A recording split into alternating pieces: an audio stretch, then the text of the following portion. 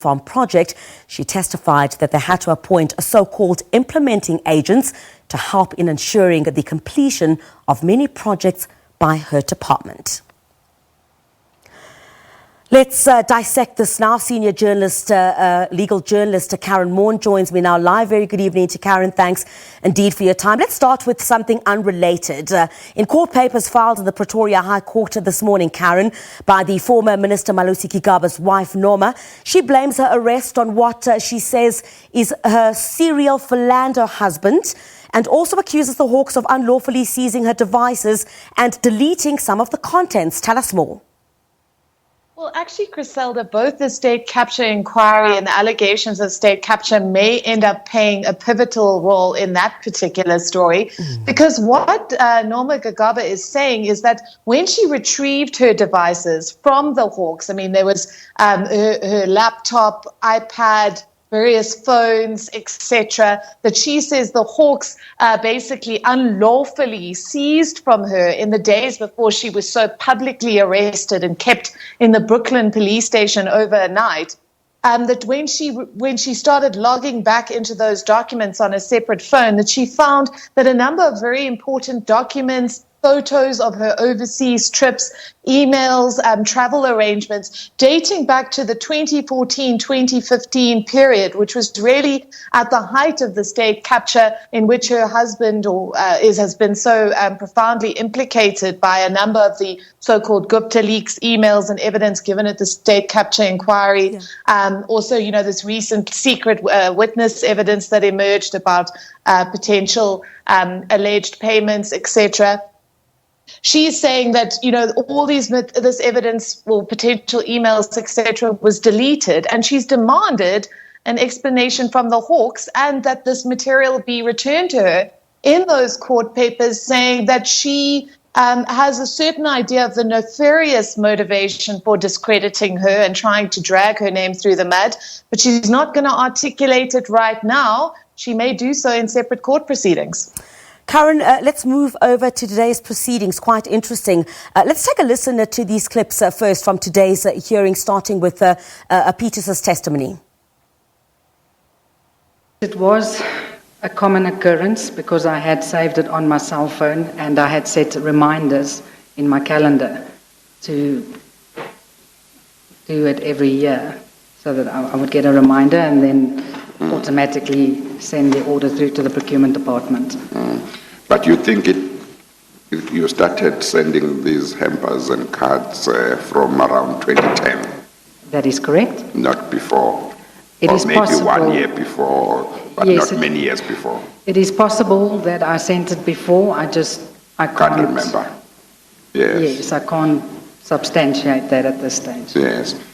Now, from the time, from 2010 or whatever the time is when you started, up to the time that Mr. Agrizzi left, or you left, I don't know who left first. Do you know whether you sent these every year to Ms. Mokonyane and to Ms. Thomas, or there may have been some years when you didn't send? Yes, there may have been some years where I didn't send or forget, yes, as in the instance with 2015, yes, when Mr. Agrizzi contacted me and reminded me that I forgot. These hampers and these presents, who paid for this? Sorry? Who paid for these hampers and presents? BOSASA did. So, Karyn, the former BOSASA COO Angelo Agrizzi's former assistant on the stand there confirming that Nomvula Mokonyane received yearly birthday gift hampers purchased by BOSASA? Well, we've also heard evidence led by the state capture inquiry, I think a number of days ago, that, in fact, they paid for a birthday party, I think in about 2003. The key aspect here, of course, is that Nomvula Mokonyane has made no attempt to undermine any suggestion that she was actually very close to Gavin Watson, the recently deceased BOSASA CEO. She's just said there was absolutely no corrupt motivation to this. And so, this evidence led by the inquiry is really part of quite a systemic and sustained effort by them to look at the kind of potentially problematic dimensions of that relationship, given her position and her status. And I think what's important here is that, at least from the side of BOSASA, there was an absolute attempt to conceal where these gifts were coming from. That was something that was specifically referenced, which, if it was indeed something that was innocent, why would that need to happen? Also intriguing and important that the PA, Sandy Thomas, who gave evidence in support of Nomvula Mokonyane, disputing a number of aspects of Angelo Agrizzi's evidence that she had received grocery hampers suggesting that they were in fact destined for, impoverished communities in Katlehong, also undermining suggestions that BOSASA had provided security for her, has also been named by this witness as receiving these gifts. So I think it's really about the inquiry trying to balance up all the evidence, given that Angelo Agrizzi is himself facing charges, and trying to get the truth of what actually happened here. Karyn, let's take a listen to this clip on the Estina dairy farm, where Commission Chair Justice Raymond Zondo asks, the former Chief Financial Officer of the Free State Agriculture and Rural Development Department, Sipati Dlamini, why she outsourced her job to consultants. One of the reasons was the other problem that we are faced with is the issue around fruitless and wasteful expenditure. Was the issue about irregular expenditure? Because I remember very well at that particular year when I arrived, district services would be the one who source the quotations when they buy these things. Sometimes you will come the time that the AG is going to audit some of these goods and services would have not been delivered. Would say this. I remember there was one particular project where it was said they bought some machines for those beneficiaries to do some salt. It was a salt project. They were going to manufacture a salt. But at the end of the day, they did not receive those. So those are some of the reasons why a decision was taken to say we're going forward, use the implementing agents, and they would then be held accountable with all the expenditure. But the farmer still benefits.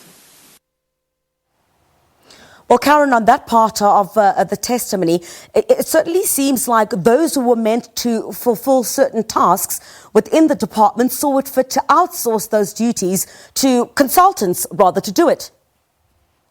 Well, there's two very interesting points here. Ms. Dlamini has herself facing currently a corruption case to do with the appointment of an allegedly corrupt arrangement with regard to an implementing agent.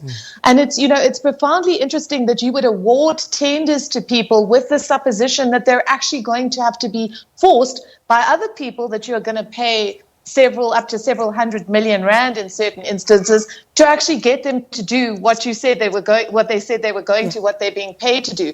So that in and of itself is fascinating. And of course, DCJ Roman Zondo actually questioning this witness at length about that particular averment. Of course, what she said, which has been crucial to the inquiry, is very much pushing this, sense that Musabenzi Zwane, the former MEC for Agriculture, was key to pushing for the pivotal Estina dairy project, which appears, at least on the version of the NPA, to have been completely fraudulent. Karyn, thank you very much indeed for your time. Always a pleasure speaking to you. Senior legal journalist Karyn Maughan talking to us on the Commission of Inquiry into State Capture and papers filed by the wife of former Minister Nomvula Gigaba.